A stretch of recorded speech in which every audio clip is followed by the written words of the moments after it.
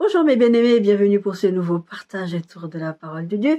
Nous continuons sur ce thème que nous avons commencé la semaine dernière, qui est nouvelle résolution et direction à prendre pour être victorieux en 2026.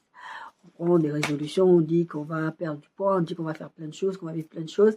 Et en tant qu'enfant de Dieu, beaucoup d'entre nous, on ne veut pas revivre les expériences passées. Pourquoi? Parce que pour certains d'entre nous, 2025 a été une année charnière, difficile. J'ai vu beaucoup de gens dire Seigneur, je ne veux pas faire partie de ton armée de soldats en 2026, s'il te plaît, je veux la paix, parce que vous avez vécu votre vie chrétienne comme un fardeau, ou trop de combats, ou trop de choses. Je tiens à vous rassurer déjà, si ça vous rassure, c'est qu'en tant qu'enfant de Dieu, nous sommes des soldats de Dieu. Quand je parle d'être soldat, je ne parle pas de combattre la chair et le sang.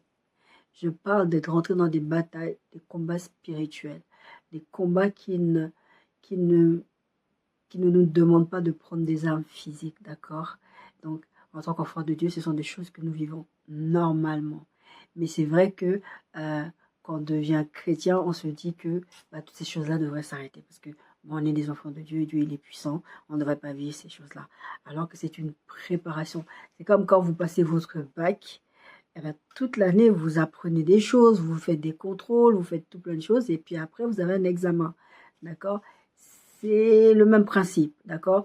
Vous vivez des choses, vous partagez des choses. C'est pour ça que la Bible nous exhorte à nous soutenir les uns les autres, à nous exhorter les uns les autres, parce que quand un est en bas, l'autre le reprend, d'accord? Donc, c'est important dans cette expérience, dans cette nouvelle dans ces nouvelles résolutions, d'intégrer ça aussi. C'est vrai que je ne l'ai pas mis dans mes points, mais c'est important que vous ne soyez pas isolés, parce que vous devenez, déjà en temps normal, nous sommes la cible de Satan et de ses anges, donc les démons, d'accord? Mais sachez que même si on est la cible de Satan, on a l'Éternel qui combat pour nous et qui est avec nous. Nous avons l'impression que nous sommes en première ligne, mais nous ne sommes pas en première ligne, c'est Dieu qui est en première ligne, d'accord? Il nous envoie pour nous exercer. La Bible dit, il exerce nos combats. C'est important ça. Si vous mettez ça dans votre tête, vous n'allez pas vivre les combats spirituels de façon difficile. Donc pour être victorieux en 2026, on a cité plusieurs points jusqu'à maintenant. Et le premier point, je vais revenir vite fait sur les points, c'est aimer Dieu par-dessus tout et le lui montrer. Et la deuxième chose qui suit aimer Dieu, c'est aimer son prochain. Aimer son prochain, c'est une façon de montrer aussi à Dieu qu'on l'aime, vraiment, d'accord? Garder ses commandements, c'est pas simplement dire je connais la Bible, je connais ce commandement de Dieu, il ne faut pas faire ci, il ne faut pas faire ça. Je sais, savoir ne fait pas tout, d'accord? C'est important d'appliquer ce que Dieu nous demande d'appliquer, de garder les commandements et les mettre en pratique et servir Dieu. Servir Dieu, je disais, ce n'est pas que à l'église, d'accord? C'est servir son prochain, servir partout où vous êtes. Je prends souvent l'exemple des personnes de mon entourage qui travaillent dans le milieu médical. Quand vous allez travailler, priez pour vos patients, priez pour vos collègues, priez pour vos environnements, parce que vous savez que vous êtes couverts, vous, ok? Mais ceux qui sont autour de vous sont couverts aussi. D'accord? Donc, quand vous prenez le temps de prier pour les gens qui vous entourent, votre patron, vous allez même avoir une entreprise prospère. Je vous renvoie à l'histoire de Isaac, non, c'est Jacob, c'était Jacob. Jacob chez Laban. Laban était prospère parce que Jacob était là. Et Jacob était là, était sous la main de Dieu. D'accord? Donc, c'est important que vous preniez conscience de ça. Ensuite, on a vu d'aimer Dieu, d'aimer son prochain. Restez tranquille. Restez tranquille. Et quand je dis rester tranquille, j'ai bien expliqué la semaine dernière que c'est pas parce que Dieu nous demande de rester tranquille qu'il ne se passe rien. Je disais que restez tranquille dans la barque quand la barque est secouée. Restez tranquille dans la fosse au lion. Restez tranquille dans la fournaise ardente. Restez tranquille dans ces choses où quand on vient vous menacer de quelque chose, on vous menace d'expulsion. Votre époux, votre épouse vous dit « je veux divorcer ». Des fois, Dieu est dans votre mariage, mais votre époux veut divorcer. Restez tranquille. Gardez votre calme. Et vous verrez même que dans le monde, quand il y a des situations conflictuelles, on vous demande de garder votre calme. Celui qui garde jamais son calme, c'est celui qui passe pour fou. Il y a des proverbes qui parlent de ça aussi. D'accord, dans la Bible. C'est important de savoir garder son sang-froid, de rester tranquille.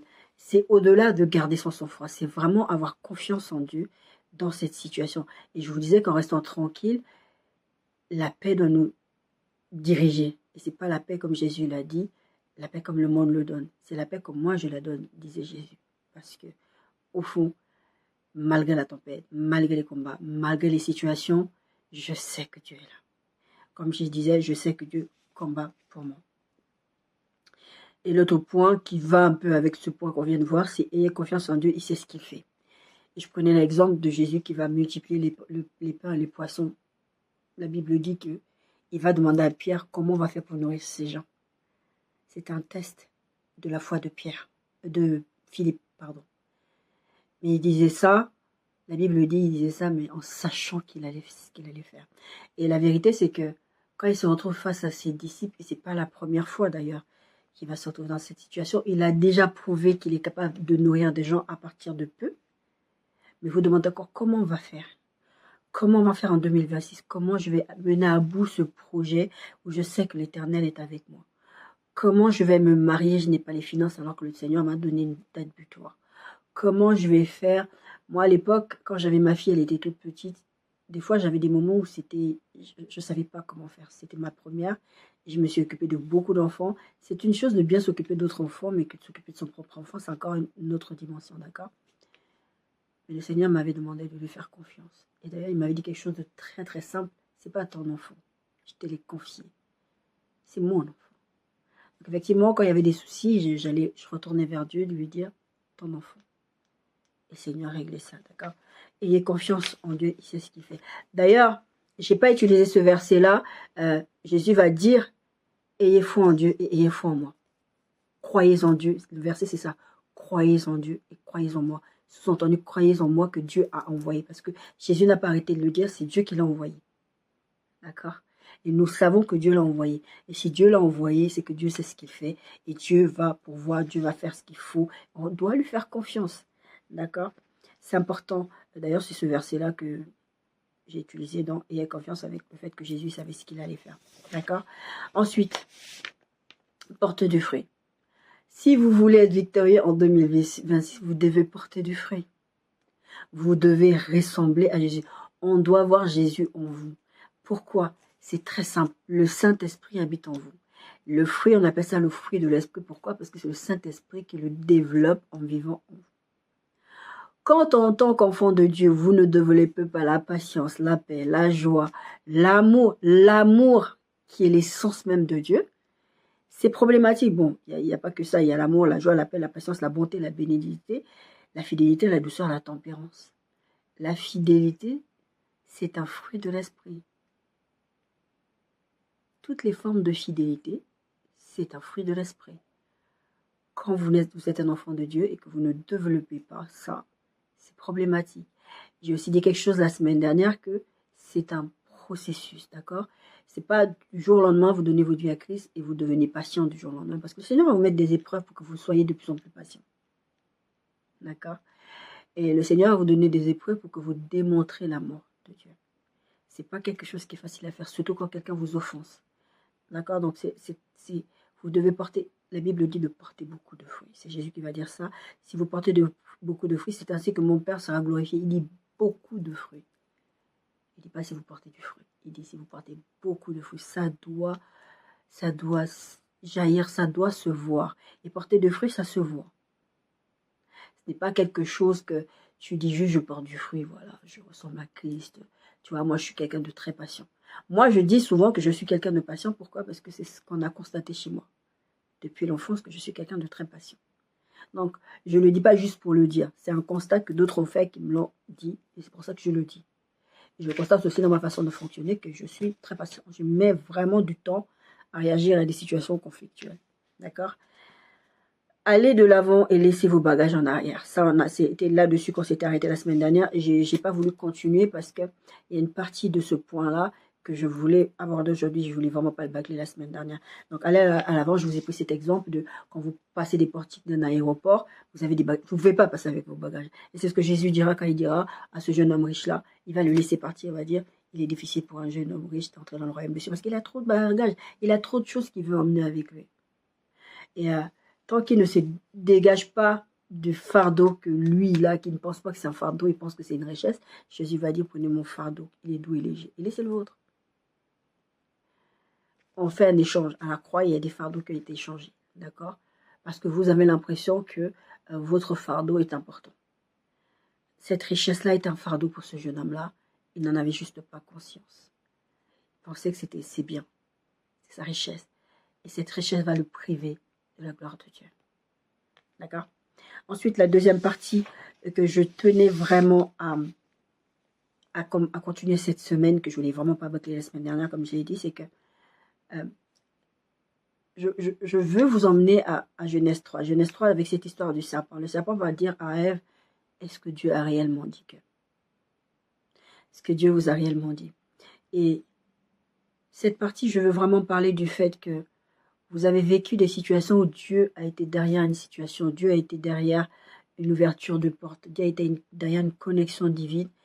Et au début, vous avez compris que c'était Dieu qui était derrière ça. Au début, vous avez peut-être eu du mal à discerner que c'était Dieu qui était derrière ça. Et le serpent est venu vous parler. Et vous a dit, tu sais ce que Dieu est dedans? Parce que c'est quand même bizarre. Je vous ai déjà expliqué dans différents messages que les choses de Dieu ne sont pas comme celles qu'on voit. Je vous ai parlé ça quand je vous ai parlé du succès selon les hommes et le succès de Dieu. Ce que les hommes considèrent comme succès, comme ce jeune homme justement qui avait ses biens, ce n'est pas ce que Dieu considère comme succès.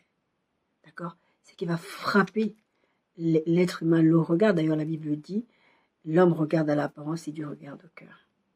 Ce qui va vous frapper, ce n'est pas ce qui va frapper Dieu. D'accord? Donc il y a des choses qui arrivent dans un packaging qui ne ressemble à rien. La Bible dit que Jésus, la Bible parle de ni beauté ni éclat. On pourrait penser que le Fils de Dieu va venir avec grand éclat. Et d'ailleurs, c'est pour ça que le peuple juif aujourd'hui ne reconnaît pas, pour encore beaucoup d'entre eux, ne reconnaissent pas que Jésus était le Messie. Jésus est le Messie. Pourquoi? Parce qu'il n'est pas venu avec éclat, tonnerre, toutes ces choses qui pourraient prouver qu'il est le Fils de Dieu et qui pourraient prouver qu'il va les délivrer parce qu'eux, ils attendaient ça. D'ailleurs, à la mort, à la résurrection de Jésus, vous vous souvenez, ces deux jeunes gens sur le chemin d'Emmaüs qui vont se dire, mais on croyait qu'il allait nous délivrer, etc. Ils ne pouvaient pas penser que ça pouvait être Jésus parce que Jésus n'a pas fait d'esclandre. Il a fait ce pourquoi il était là.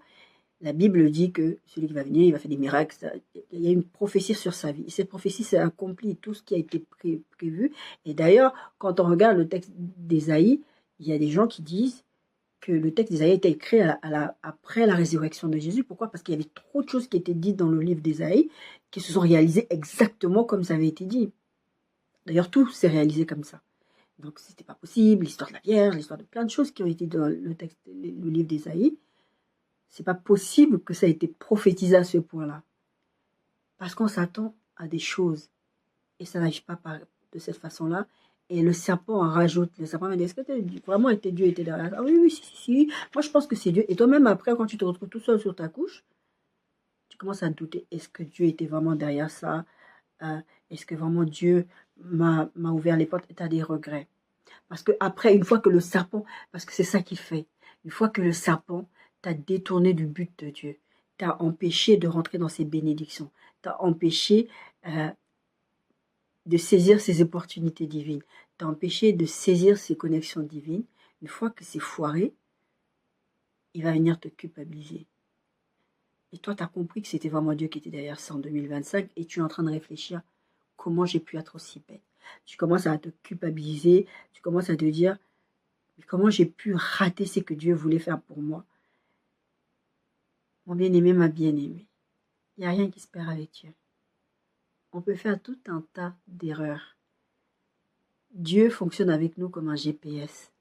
Un GPS, tu prends une direction, tu mets ton GPS, je vais à tel endroit. Ton GPS te dit, ok, à partir de là où tu es, pour aller à tel endroit, tu prends ce chemin.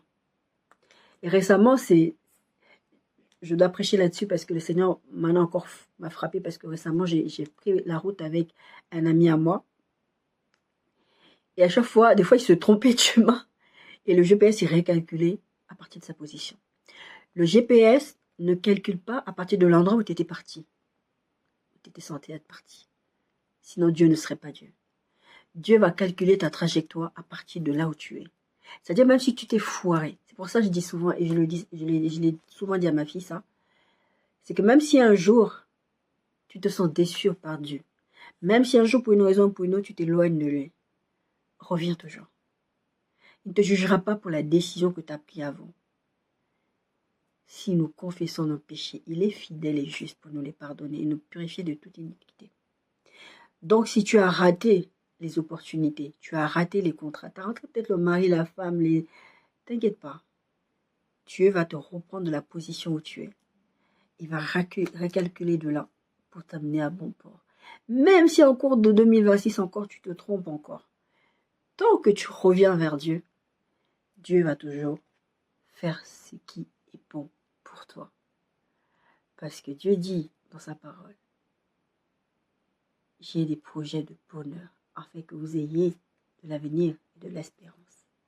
Donc si ton espérance est de te dire, Dieu a promis ça, il va faire ça, et tu t'es trompé de chemin, et tu te dis, mince, Dieu avait promis, c'est pas arrivé.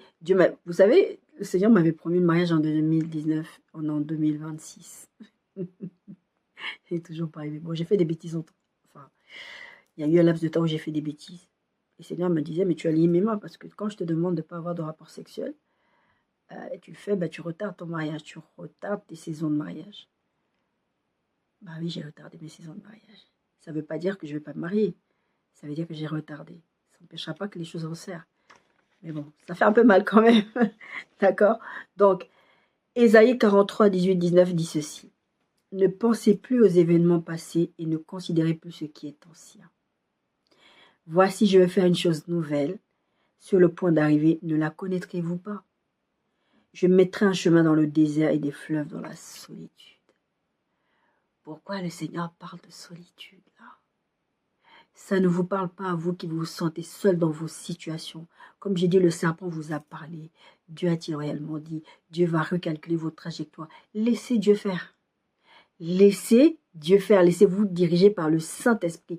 Laissez Dieu vous parler même si vous êtes déçu de vous-même. Souvent, quand on fait des choses contre Dieu, quand Dieu nous a mis dans une direction et qu'on n'a pas écouté, on est déçu de nous-mêmes. On dit, mais je suis bête, comment j'ai pu penser ça? Ne sortez pas ce genre de paroles de vos bouches. Ne dites pas ces choses-là. Parce que Dieu sait ce qu'il fait. Et la Bible dit, ne pensez plus à ces choses-là. Oubliez-les, laissez-les en arrière. Vous savez, c'est comme le verset qu'on a lu au tout début du message la semaine dernière. Je vais vers l'avant. Je cours vers le but de la vocation céleste. Ne pensez plus aux événements passés. Ne pensez plus à ce qui est ancien. La Bible dit, Dieu dit qu'il est sur le point de faire une chose nouvelle. On a bien dit qu'on est dans ce message sur les nouvelles résolutions et directions pour vivre une année victorieuse en 2026. Une des choses, c'est de ne plus penser aux événements passés. Une des choses, ça fait partie toujours de ce point sur laisser les bagages en arrière. Ne pensez plus aux événements passés parce que Dieu est sur le point de faire une chose nouvelle, mes bien-aimés.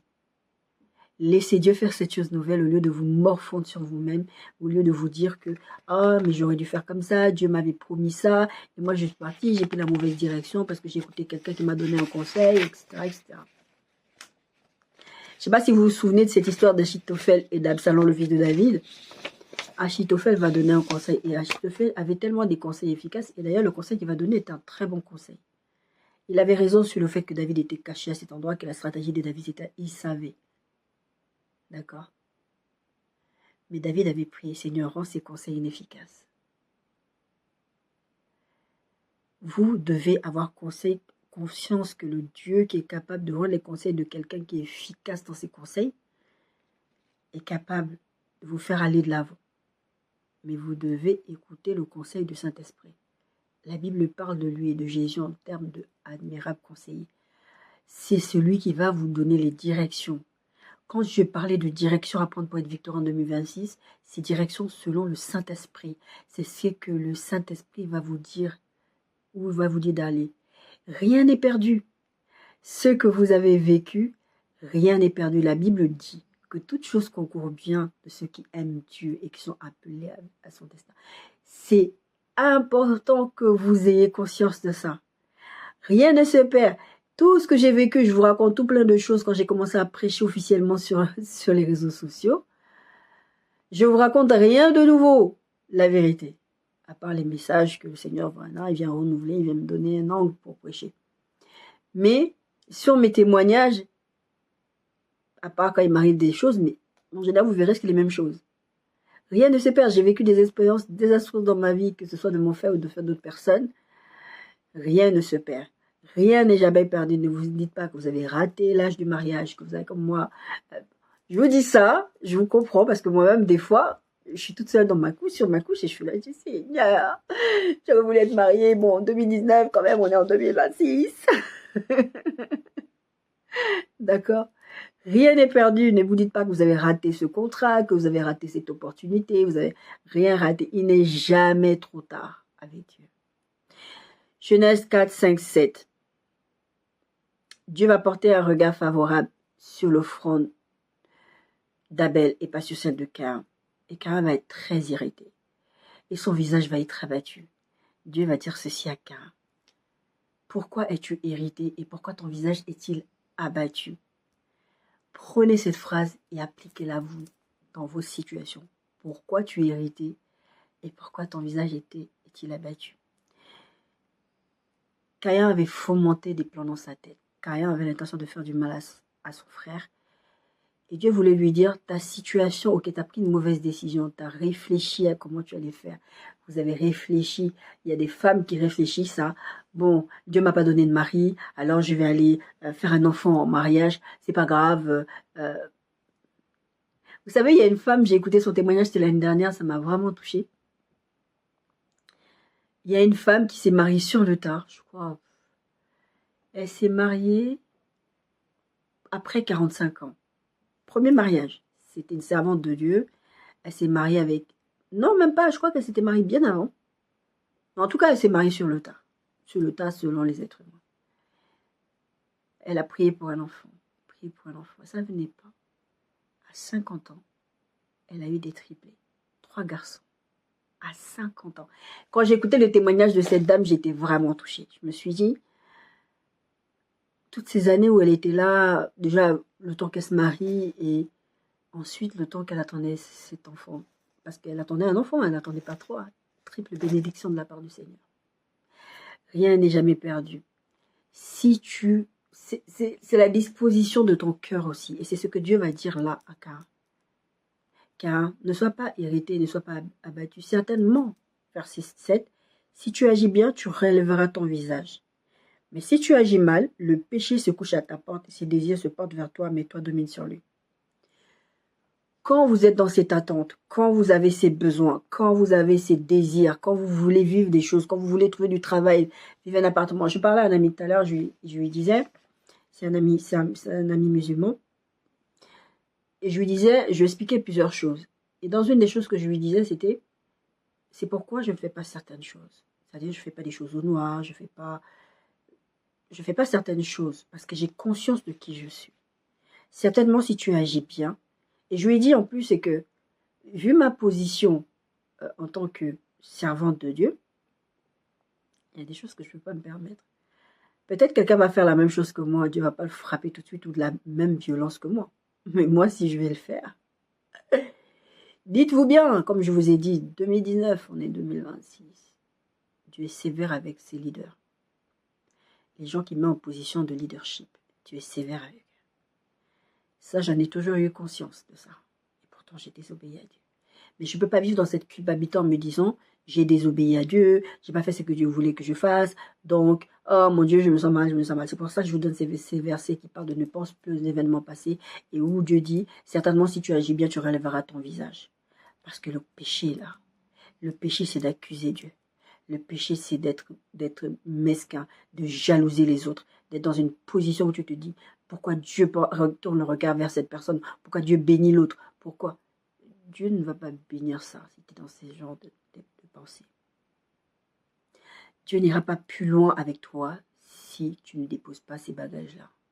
Si tu as de la rancœur, si tu as de la jalousie qui naît, si tu as des regrets comme ça, dépose-les au pied de la croix.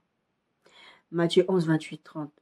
Jésus va dire, Venez à moi, vous tous qui êtes fatigués et chargés, et je vous donnerai du repos.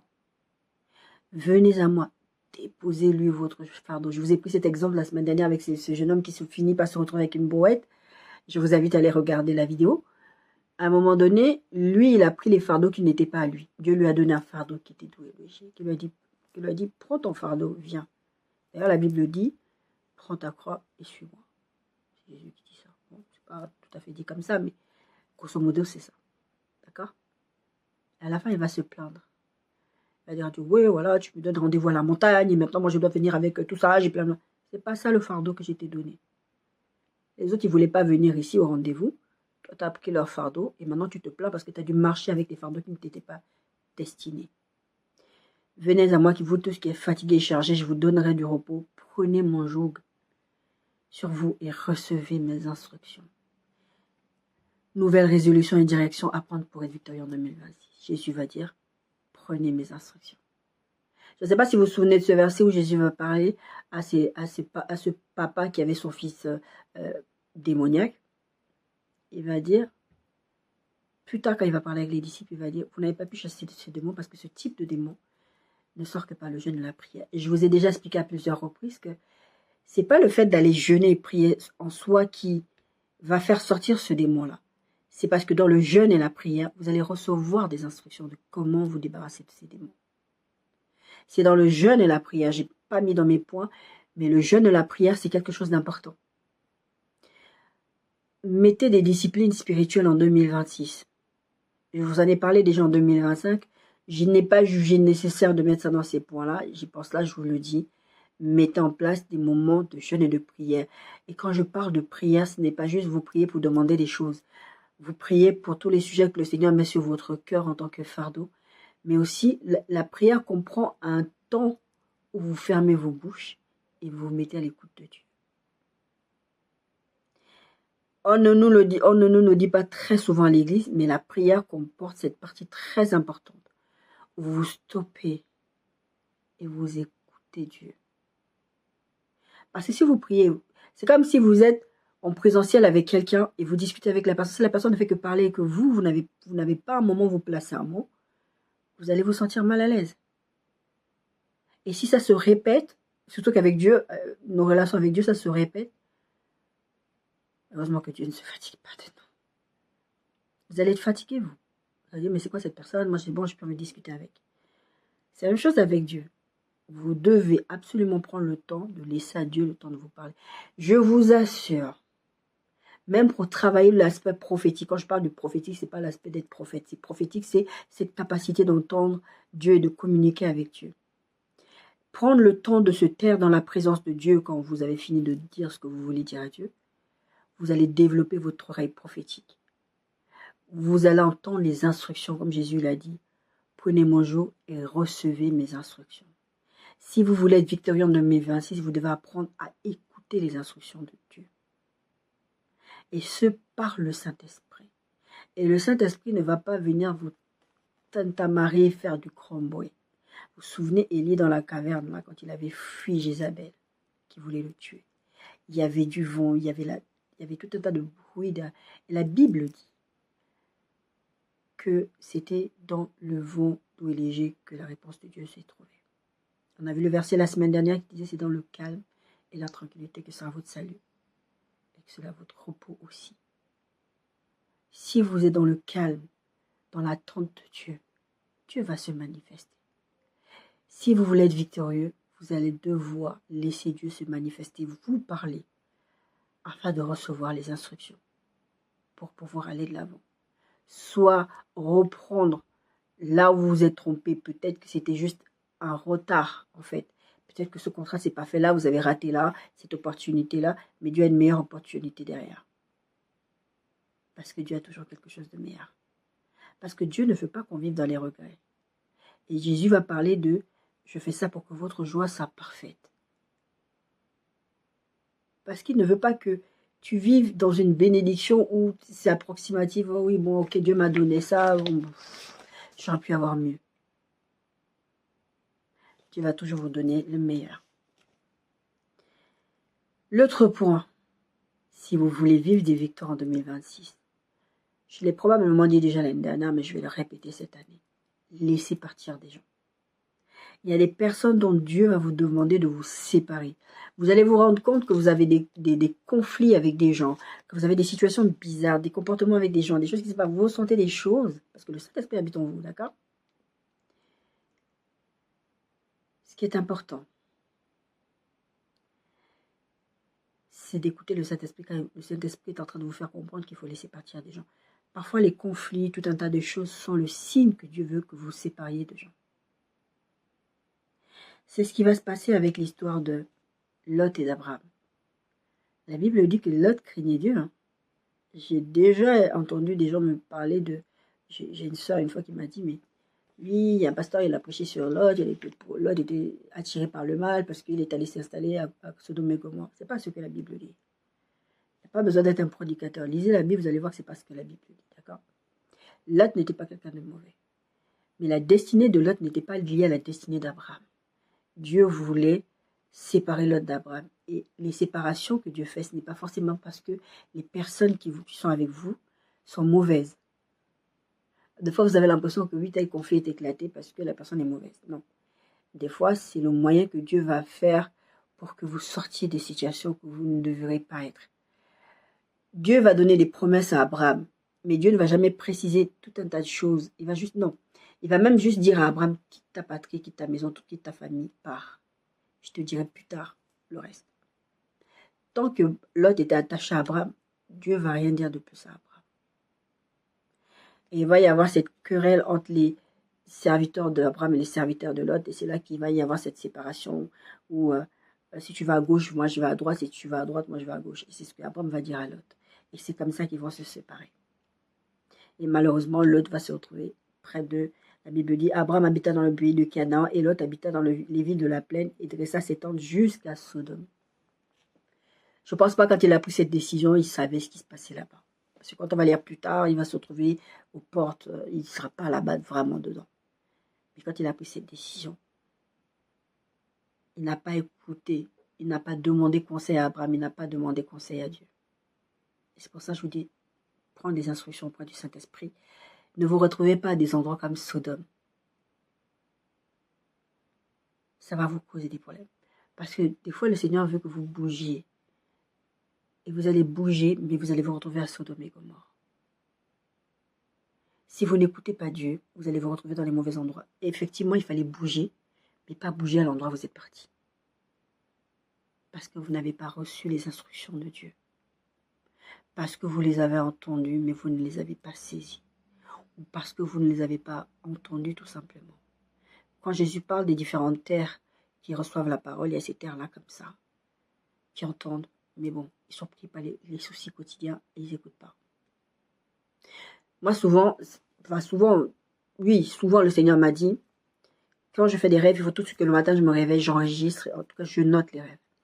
C'est arrivé des fois où je suis tellement fatiguée, où le matin, je me réveille, je commence à aller courir, oh, j'ai pas mis le lave-vaisselle en route, j'ai pas fait ci, j'ai pas fait ça, et je commence à les faire. Et plusieurs fois, le Saint-Esprit m'a repris. Il m'a dit, tu vas oublier. Et quand j'oublie, quand je vous dis que je suis pas bien, toute la journée, je dis, mais Seigneur, rappelle-moi. Est-ce que c'est la faute de Dieu de ne pas me rappeler? L'instruction m'a été donnée, de tu te lèves, tu l'enregistres, tu le notes.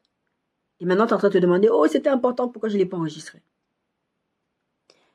Mais bien aimé, laissez partir des gens. Séparez-vous de ce que Dieu n'a pas uni. Le Seigneur m'a dit ça dans un rêve une fois. Sépare-toi de ce que je n'ai pas uni. Et le Seigneur ne me parlait pas de mariage, il me parlait de relation. Séparez-vous des gens, c'est pas encore une fois des gens, c'est pas forcément des personnes mauvaises. C'est simplement des personnes, des fois c'est des personnes qui sont là pour une saison et vous voulez les garder toute votre vie. Et Dieu ne vous a pas dit ça. Mais bien aimé, séparez-vous de ce que Dieu n'a pas uni. Séparez-vous-en. Vous allez vous retrouver avec des gens avec qui vous ne devriez pas être. Et vous allez faire rentrer des gens dans de votre canon alors qu'ils ne sont pas censés être à canon. Avec vous en tout cas. Séparez-vous ou renoncez à des endroits. C'est ça notre petit point. Laissez partir des personnes ou renoncer à des endroits. Comme j'ai dit, n'allez pas à des endroits où Dieu ne vous a pas envoyé. Vous allez vous retrouver à des Sodomes et des Gomorres. D'accord? L'autre chose, qui ressemble un peu à ce qu'on a déjà partagé, mais c'est vraiment autre chose de très spécifique, c'est laisser l'Égypte derrière, même si on y est habitué. Ça, c'est pas compliqué, vous verrez les textes, c'est dans le texte de Nombres 11, 1, 6. Ces gens étaient en esclavage, ils ont crié à Dieu pour que Dieu les sorte de l'esclavage. Vous criez à Dieu pour que Dieu vous sorte des situations, vous criez à Dieu pour que Dieu vous conduise à des endroits, vous criez à Dieu pour que Dieu ouvre des portes, fasse des choses pour vous. Et comme je disais tout à l'heure, des fois, ça n'a ni beauté ni éclat. L'endroit où Dieu vous amène. Et vous commencez à regretter où vous étiez. Ouais, 2025, c'était bien. Comme des gens qui disent, ah, l'ancien temps, c'était bien. Quel ancien temps que c'était bien? Eux, ils étaient en esclavage. Ils souffraient. On a augmenté leur peine. Mais à un moment donné, quand ils sortent d'Égypte, que Dieu les délivre de la main de Pharaon, qu'ils s'en sortent, qu'ils sont dans le désert, ils commencent à se plaindre.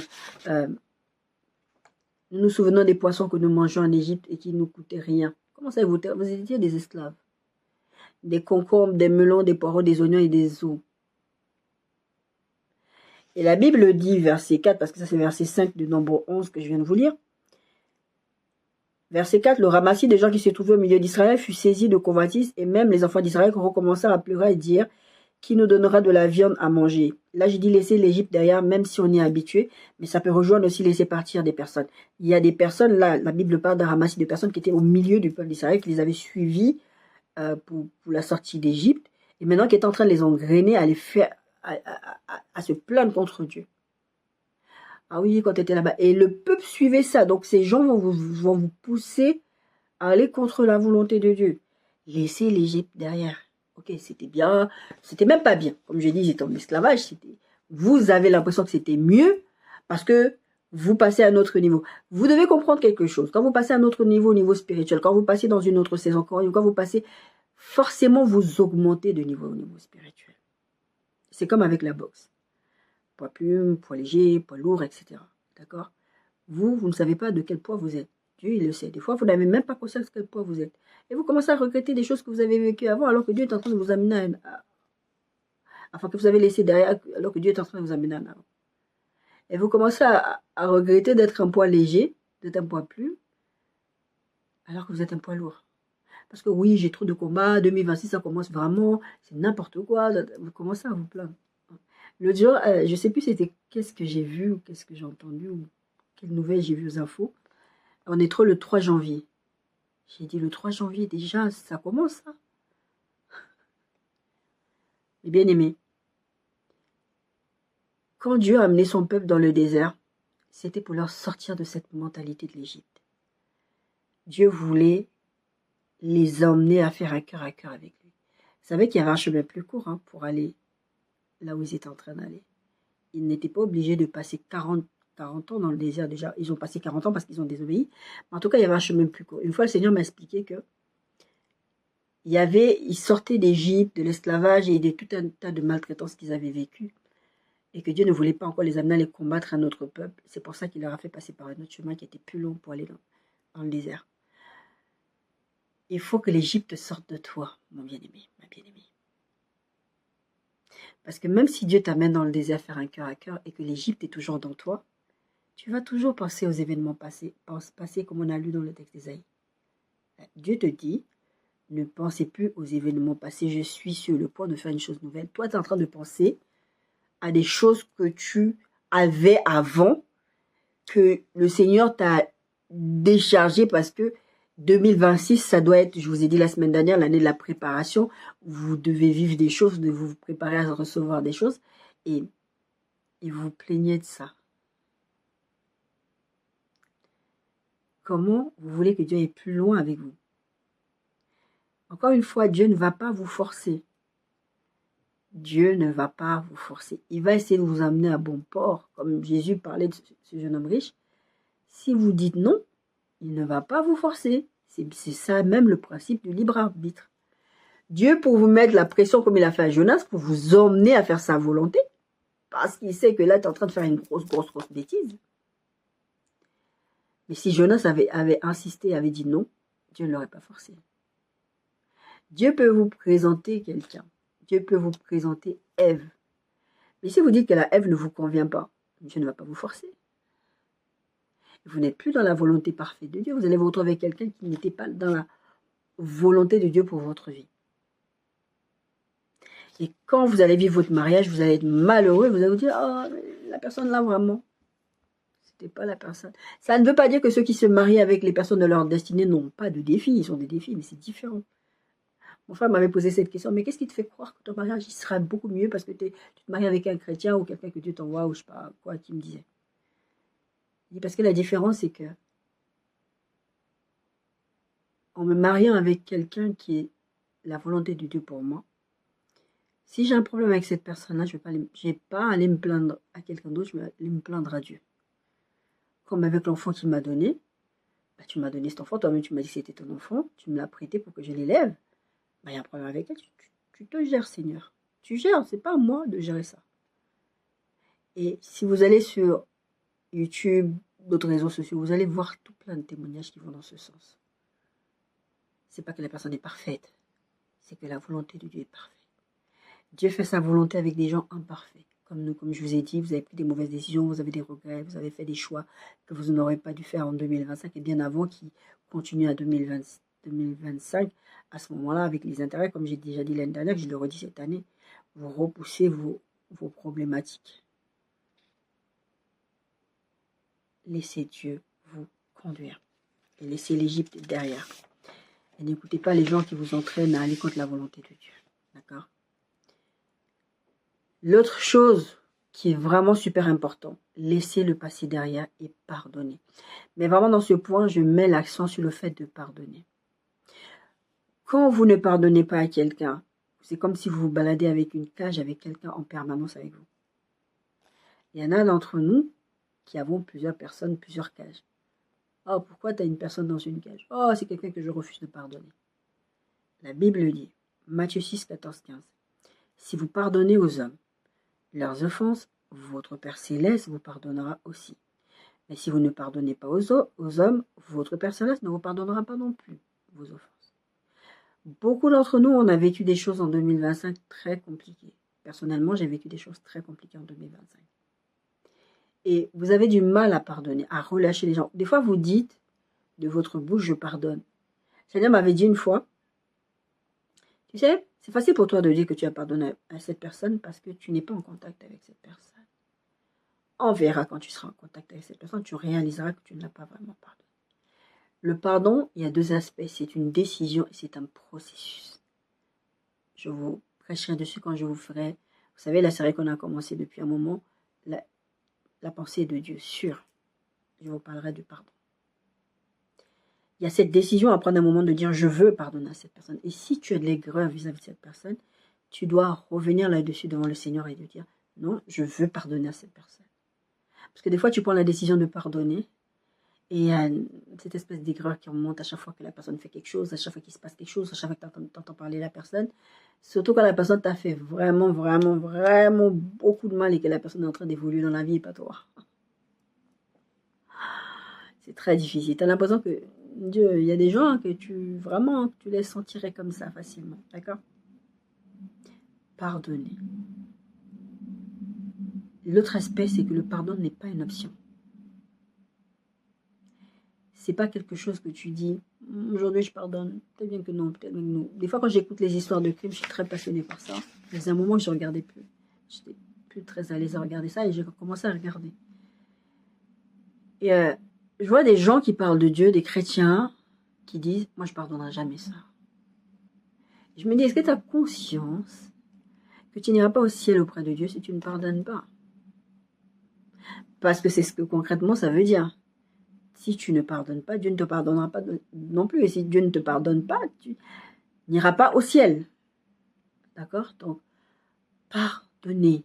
Parce que le principe est très simple. Et d'ailleurs, le Seigneur va en parler dans une parabole. Il va dire, oui, il y a telle personne qui était venue, qui a dit, oh, remets-moi ma dette, pardonne-moi, pardonne-moi. Et le maître va lui pardonner. Et il va partir, il va attraper quelqu'un d'autre. Il va dire, toi, tu me dois à quelqu'un qui devait encore beaucoup moins que ce que lui, il devait au roi ou au maître, je ne sais plus. Il va refuser de le pardonner. Alors quelqu'un va aller dire au maître et il l'a mis en prison jusqu'à ce qu'il rembourse la dette. Donc lui aussi, il va subir. Pourquoi vous ne voulez pas pardonner aux autres leurs offenses, sachant que Dieu vous a pardonné? Une fois, je me plaignais de quelqu'un à Dieu. J'avais dit, cette personne, j'ai sorti toutes les doléances que j'avais contre cette personne devant le Seigneur. Et le Seigneur m'a dit ceci. As-tu oublié d'où je t'ai tiré? Est-ce que tu as oublié la façon dont tu étais avant? Est-ce que tu as oublié que je t'ai pardonné aussi? C'est pour ça que Dieu va refuser de vous pardonner si vous ne pardonnez pas, parce que lui, il vous a pardonné. Il efface vos transgressions. Il vous pardonne. Pourquoi vous refusez de pardonner? Il vous pardonne gratuitement. Il vous a même rien demandé en échange. Il a échangé son fils à la croix. Et vous, vous dites, je ne pardonne pas. Parce que vous pensez que vous avez le droit. Il y a cet aspect de décision et il y a cet aspect... En fait, vous n'avez pas le choix. Mais quand je parle de processus, c'est tout le temps, comme j'ai parlé là, quand l'aigreur revient, quand... Priez pour la personne. Je vais dire, bénissez ce que vous maudissez, etc. Priez pour la personne. Ça va vous piquer au début, mais après, vous allez voir que vous allez pleurer pour cette personne. Parce que vous voulez que cette personne s'en sorte, parce que vous voulez que cette personne... Dites-vous que pour voir si vous avez vraiment pardonné à quelqu'un, c'est déjà en priant pour cette personne. Et en priant, en vous imaginant que vous voulez que cette personne soit ciel avec vous. Même si elle vous a extrêmement offensé. Colossiens 3, 12, 17. Ainsi donc, comme les élus de Dieu, saints et bien-aimés, revêtez-vous d'entrailles de miséricorde, de bonté. Vous savez que Dieu est miséricordieux, nous devons être tel il est, tel nous sommes. D'accord. De douceur et de patience. Dans ça, il y a les fruits de l'esprit dedans, qui sont la bonté, la douceur et la patience. Nous devons nous en revêtir. Supportez-vous les uns les autres, et s'il a un sujet de se plaindre de l'autre, c'est ce que je viens de vous dire, pardonnez-vous réciproquement. De même que Christ vous a pardonné, pardonnez-vous aussi. Mais par-dessus toutes ces choses, revêtez-vous de la charité qui est l'amour, qui est le lien de la perfection. Il va dire, verset, et que la paix de Christ à laquelle vous avez été appelés pour former un seul corps, règne dans vos cœurs et soyez reconnaissants et soyez reconnaissants. C'est une chose aussi que j'aurais pu mettre dans des points, soyez reconnaissants. C'est possible que je l'ai mis. Enfin, bref. Soyez reconnaissants à Dieu.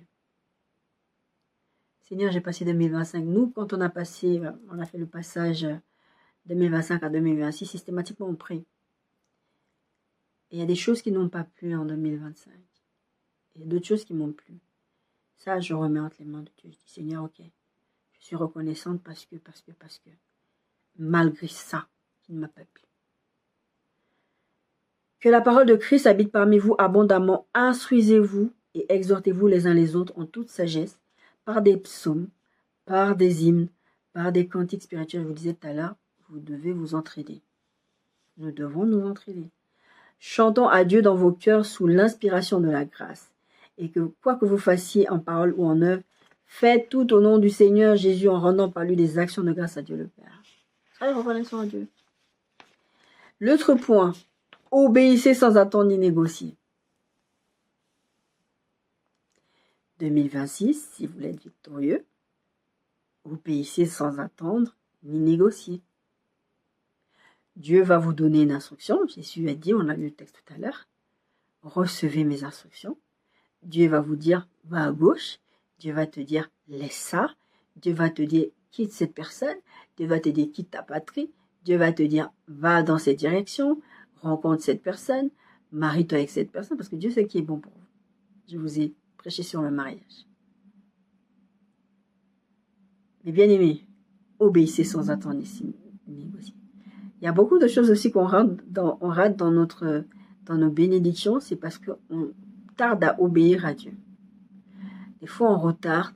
Des fois, on ne reçoit pas. Pourquoi? Parce qu'on n'obéit pas à Dieu quand Dieu nous demande de faire quelque chose.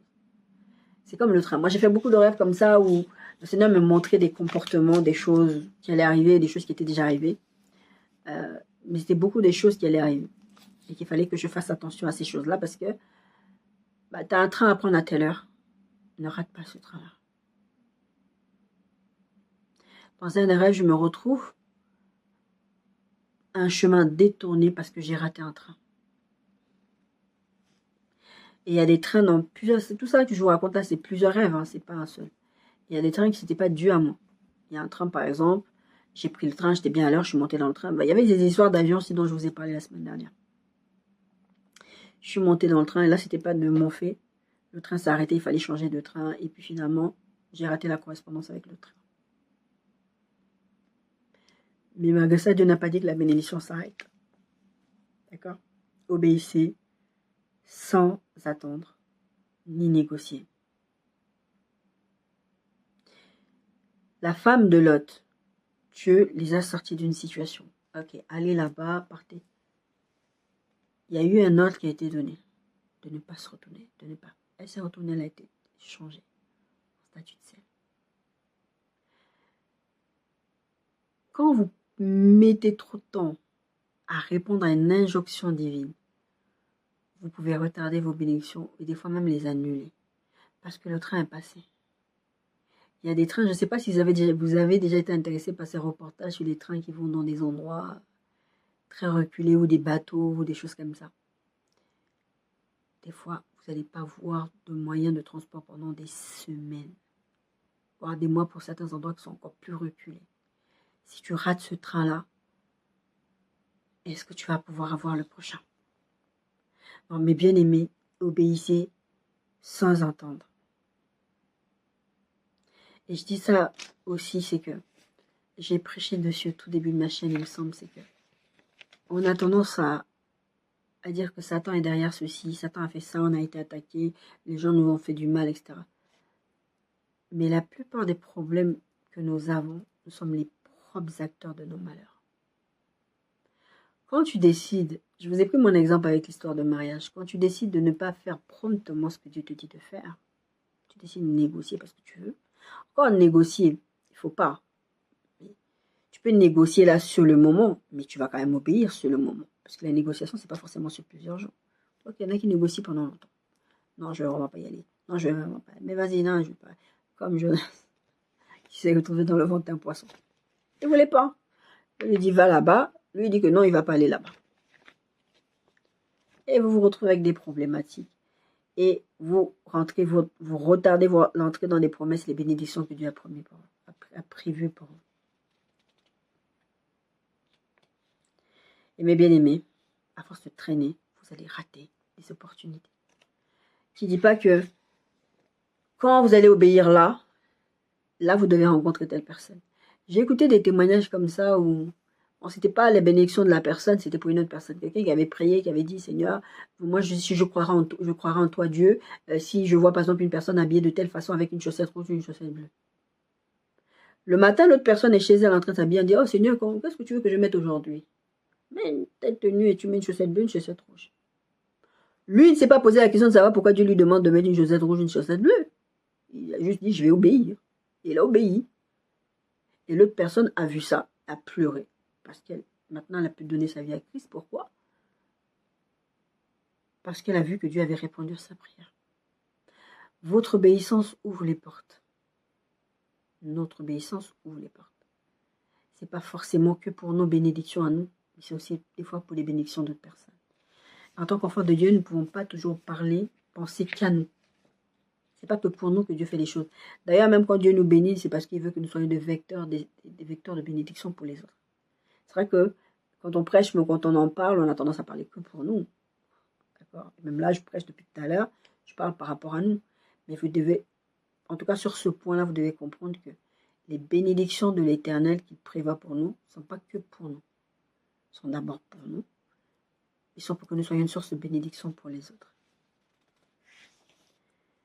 Préparez-vous à recevoir ce que Dieu a promis. Je vous disais depuis tout à l'heure que le Seigneur m'a révélé la semaine dernière que cette année 2026 est une année de préparation.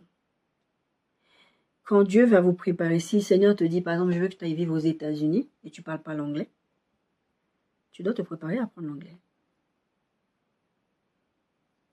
Moi, c'est Lingala. Je galère parce que j'arrive pas à apprendre le Lingala. Le Seigneur m'a dit que j'irai au Congo, etc. Je ne suis pas congolaise, je suis gabonaise d'origine. Et je galère, j'ai des gens autour de moi qui parlent le Lingala, j'ai essayé, enfin, pour l'instant, je galère. En tout cas, quand le Seigneur vous donne une instruction comme ça, vous devez vous préparer. C'est comme, vous savez, quand j'étais enceinte de ma fille, j'ai entendu plein de choses, parce que ma mère avait déjà eu des enfants, ma tante avait déjà eu des enfants, des gens autour de toi qui ont déjà eu des enfants te disent « Ah oui, c'est comme ça, il faut faire ça, il faut faire ça, il faut faire ça. » Moi, il y a une chose que je m'étais mise dans la tête, je vais écouter personne. Je vais aller prendre des cours de préparation, je vais aller vers des gens, c'est bien les gens qui ont de l'expérience, mais chaque grossesse est différente. Chaque mère est différente. C'était quand on parle des mères en question, de mon entourage. D'accord? J'ai pris des cours de préparation à l'accouchement. Et j'ai appris énormément des choses qui me servent encore jusqu'à aujourd'hui. Et des fois, quand je prêche, j'en parle. Les cours de préparation à l'accouchement. Ça m'a permis de vivre ma grossesse de façon différente et de vivre mon accouchement de façon différente aussi. Par exemple, quand on m'a présenté l'aiguille de péridurale, j'ai pas eu peur parce qu'on nous avait préparé à ça. Préparez-vous. Tu vas avoir un enfant, prépare-toi. Quand vous savez que on vous dit vous êtes enceinte de, je sais pas, 1 mois, ben vous allez préparer l'arrivée de votre bébé. Vous allez acheter ce qu'il faut, vous allez tout mettre en place pour que cet enfant vienne dans des bonnes conditions. Préparez-vous. Vous ne savez pas sur quoi vous vous préparez? Allez dans la présence de Dieu, demandez. Seigneur, la sœur, elle a dit, 2026 est une année de préparation. Je vais me préparer à recevoir tes bénédictions. Je vais me préparer à recevoir ce que tu en réserves pour moi. Quel est le domaine que tu veux que je privilégie dans ma préparation? Est-ce que ce sont les études? Est-ce qu'il faut que je change de voie? Est-ce qu'il faut que je change de cursus? Est-ce qu'il faut que j'aille... Vous savez, le fait de déménager des fois va vous permettre de rencontrer des gens que vous ne rencontrerez pas si vous êtes ailleurs et que ces personnes-là font partie de votre destinée, peut-être de mariage, de tout ça. Préparez-vous. Le Seigneur m'avait dit quand j'allais venir en Bretagne que j'allais avoir des difficultés financières. Si le Seigneur vous donne cette instruction, préparez-vous. Le Seigneur va dire par la bouche de Joseph au Pharaon, il va y avoir cette année de vaches grasses et cette année de vaches maigres. Préparez-vous. Donc pendant la saison des vaches grasses, mettez de côté. Comme ça, quand la saison de vaches maigres va arriver, vous serez prêts. Préparez-vous, mes bien-aimés. D'accord? Autre chose, sanctifiez-vous. C'est quoi se sanctifier? Se sanctifier, c'est se mettre à part. Une des choses, c'est de se mettre à part. C'est avoir conscience que tu as été racheté par un grand-père, par Dieu, et que tu es saint aux yeux de Dieu. Donc tu dois agir comme un saint. Je ne dis pas qu'après on devient parfait, mais tu dois agir comme un saint. Tu dois vivre comme un saint. Je vous ai pris quelques petits exemples. Pas tricher pour tes impôts, pas tricher pour ça, pas faire ceci, pas faire cela. C'est pas juste une question de règlement, c'est une question que tu sais que tu as conscience que tu es saint. Il y a des choses que tu ne fais pas. T'es citoyen française, tu ne vas pas, citoyen français, tu ne vas pas aller violer la loi en sachant que tu es citoyen français. Même si tu n'es pas citoyen français, tu violes la loi, tu vas avoir des problèmes. Quand tu es saint, quand tu violes les lois divines, quand tu fais ce qui te passe dans la tête, tu as des conséquences à ça. Tel Dieu est, tel nous sommes, nous devons être renouvelés dans notre intelligence et penser comme des saints. Et c'est un processus qui demande de l'entretien. Se sanctifier demande de l'entretien dans une vie d'intimité avec Dieu par le Saint-Esprit. Ça, je vous le dis depuis le début, je vous ai dit, ça c'est le but de ma chaîne. C'est le but de mon ministère, c'est de rapprocher le peuple du cœur de Dieu, amener les gens à une intimité avec Dieu, amener les gens dans la présence de Dieu, à vouloir chercher Dieu des cœurs à cœur avec Dieu, par la prière, par des tête-à-tête avec Dieu. Je vous parlais du jeûne tout à l'heure, je l'avais marqué là, ici. Jeûne, des tête-à-tête avec Dieu, des écoutes de Dieu, la louange, l'adoration. C'est important. Vous devez tout mettre en place, tout ce qu'il faut qui va vous permettre d'aimer Dieu, d'aimer la présence de Dieu. Parce que plus près vous êtes de Dieu, plus vous vous sanctifiez. Et moi, je vous ai prêché là-dessus, et moins vous avez envie de pécher, et moins vous allez pécher. Pourquoi? Vous prenez plaisir dans la présence de Dieu, vous pensez moins à pécher. Et d'ailleurs, le fait même de pécher va vous révulser. Pourquoi? Parce que, voilà. Moi, j'étais dans mes jeûnes là, c'était... j'ai du mal, je ne veux même pas sortir de cet état, je suis trop bien dans la présence de Dieu. Mais une fois que tu sors de là, c'est comme quand tu es dans l'eau. J'ai pris cet exemple-là une fois, c'est comme quand tu es dans l'eau. Tu vas à la piscine, au début quand tu rentres dans l'eau, tu as vraiment la lourdeur de ton corps. Tu rentres dans l'eau, voilà. Au bout d'un moment, tu as une espèce de léger, tu es léger. Tu es bien, tu restes un moment dans l'eau. C'est la même chose, c'est la même image avec le Saint-Esprit. Tu es plongé dans sa présence. Et quand tu sors de l'eau, tu es lourd. Vous n'avez pas remarqué quand vous sortez de la piscine, de la mer ou je sais pas quoi, vous avez du mal à marcher, vous êtes lourd parce qu'en fait, vous étiez tellement léger dans l'eau qu'à un moment donné, votre corps s'est habitué à cette pression, à cette pression de l'eau là, et que quand vous sortez, vous êtes lourd. Ça doit vous faire pareil. Vous devez être dans la présence de Dieu léger, c'est ça, Jésus disait, mon fardeau est doux et léger, il est doux et léger. Et quand vous sortez de la présence de Dieu, tout devient difficile, tout devient lourd. Mais après, votre corps s'habitue de nouveau à être hors de l'eau. C'est pour ça que en 2026, vous devez apprendre à vous sanctifier, à rester dans la présence de Dieu, à chercher Dieu par tous les moyens. La sanctification commence par la nouvelle naissance, pour ceux qui ne sont pas nés de nouveau. C'est vrai que quand je prêche comme ça, on a l'impression que tout le monde est chrétien. Je connais quelqu'un qui ne l'est pas et qui veut écouter. Pas qu'une personne d'ailleurs. D'accord, ce que je prêche. Commence par la nouvelle naissance. Tout ce que je prêche ici, les bénédictions que Dieu en réserve, si vous êtes un enfant de Dieu, ça commence par la nouvelle naissance. Mais à tous ceux qui l'ont reçu, Jean 1,12, qui l'ont reçu à ceux qui croient en son nom, elle a donné le pouvoir de devenir enfants de Dieu, lesquels sont nés de l'Esprit. Ensuite, la sanctification commence par la nouvelle naissance et elle continue par le fait de crucifier sa chair chaque fois. Ceux qui sont à Jésus-Christ ont crucifié leur chair avec ses passions et ses désirs, Galates 5,24. Romains 8, 5, 9, ceux en effet qui vivent selon la chair s'affectionnent aux choses de la chair, tandis que ceux qui vivent selon l'esprit s'affectionnent aux choses de l'esprit. Si tu t'affectionnes aux choses de la chair, tu voudras vivre par la chair. C'est un peu l'histoire de l'eau. Tu sors de l'eau, à un moment donné, tu te réhabitues aux choses de la chair. Alors quand tu restes de l'eau, c'est dans la présence de Dieu, tu restes léger, et tu t'habitues aux choses de l'esprit. Et donc les choses de la chair te révulsent, comme j'ai dit. Et l'affection de la chair, c'est la mort, tandis que l'affection de l'esprit, c'est la vie et la paix. La vie et la paix. La paix. Là, des choses, il n'y a rien qui te perturbe. Comme j'ai dit, la paix, ce n'est pas une question de circonstance. C'est un état d'esprit permanent de l'enfant de Dieu. Et l'affection de la chair est inimitié contre Dieu.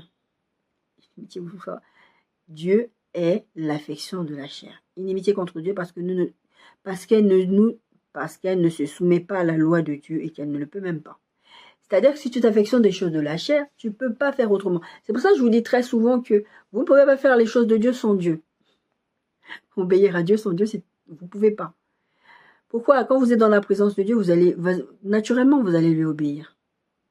Naturellement, vous allez entendre lui dire, est-ce que c'est bien ce que tu es en train de faire? Naturellement, vous êtes dans cette eau-là, vous êtes plongé dans le Saint-Esprit. Naturellement, vous allez lui obéir. Naturellement, vous n'en avez pas péché. D'accord? Or, ceux qui vivent selon la chair ne sauraient plaire à Dieu. Pour vous, ne vivez pas selon la chair, mais selon l'esprit, si du moins l'esprit de Dieu habite en vous. Si quelqu'un n'a pas l'esprit de Christ, il ne lui appartient pas.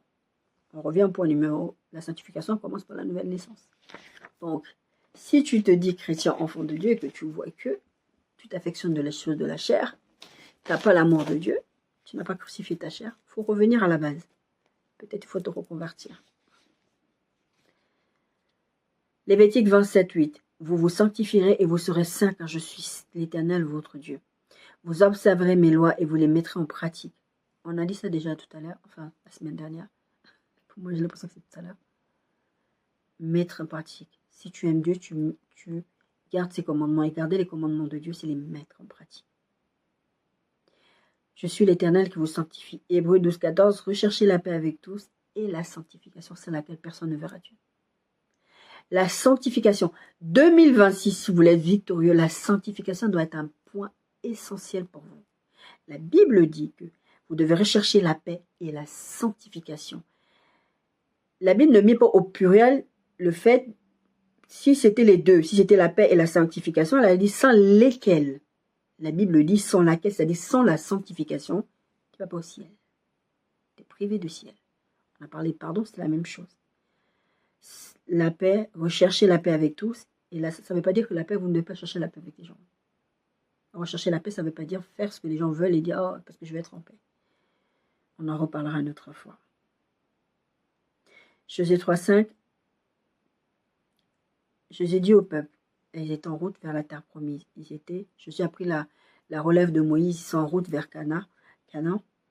Sanctifiez-vous, car demain l'Éternel fera des prodiges au milieu de vous. Je vous disais tout à l'heure, ne pensez plus aux événements passés, parce que Dieu est sur le point de faire quelque chose de nouveau.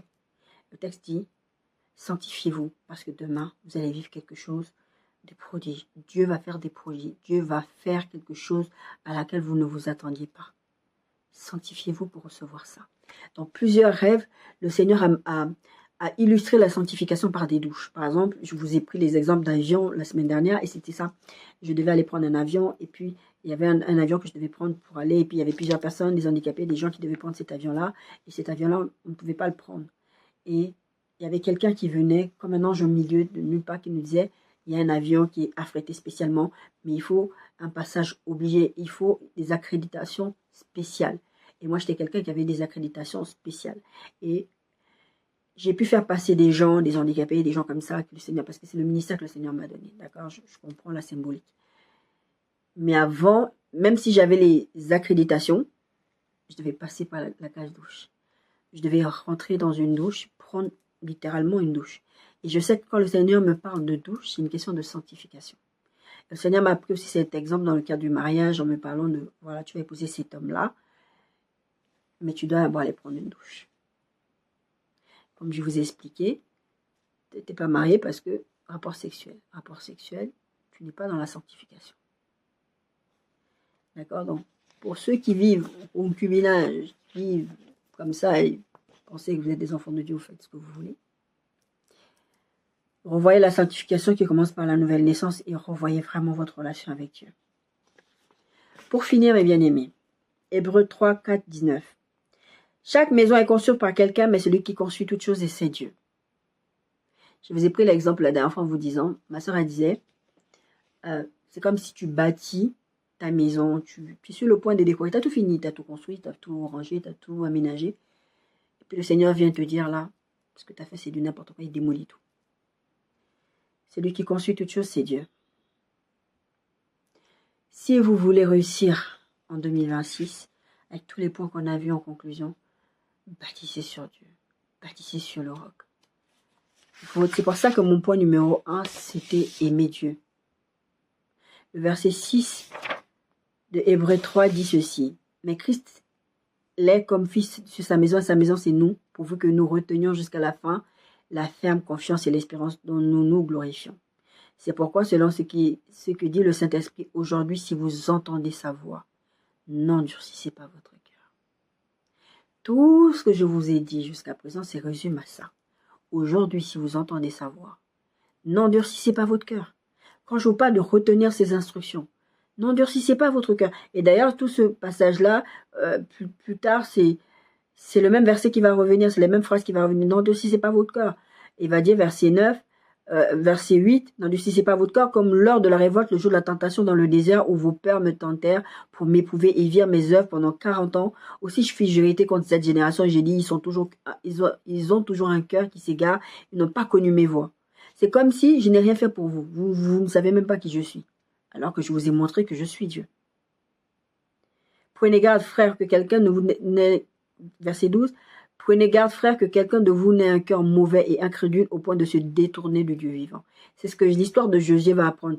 Il va dire, voilà, maintenant on va aller à la conquête de Canaan. Maintenant, on est très très proche d'aller à Canaan. Vous devez garder les commandements. Moïse va leur donner ces instructions-là avant de partir, parce que Moïse n'aura pas le droit de rentrer dans la terre promise. Car nous sommes devenus, je reprends verset 12. Prenez garde, frère, que quelqu'un de vous n'ait un cœur mauvais, incrédule au point de se détourner du Dieu vivant. Mais exertez-vous les uns les autres, on revient là-dessus, les autres chaque jour, aussi longtemps qu'on peut dire aujourd'hui, afin qu'aucun de vous ne s'endurcisse par la séduction du péché. La comptabilité aussi fait que quand vous devez trouver des gens de confiance, des gens qui sont vraiment des disciples de Christ. Quand vous faites des bêtises, à qui vous pouvez en parler? Ne gardez pas, parce que le diable va venir vous culpabiliser tout le temps. C'est pour ça que c'est important de s'exhorter les uns les autres. Quand vous péchez, ne gardez pas ça pour vous.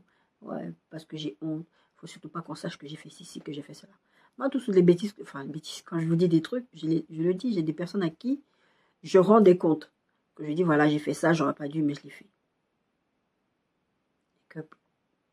Pour que ces personnes prient pour moi aussi, pour m'obliger aussi à faire face à prendre mes responsabilités. Au lieu de dire à Dieu, c'est ta faute parce que tu as dit que je devais, voilà. Bref. Car nous sommes, verset 14, devenus participants en Christ pourvu que nous retenions fermement jusqu'à la fin l'assurance que nous avions au commencement.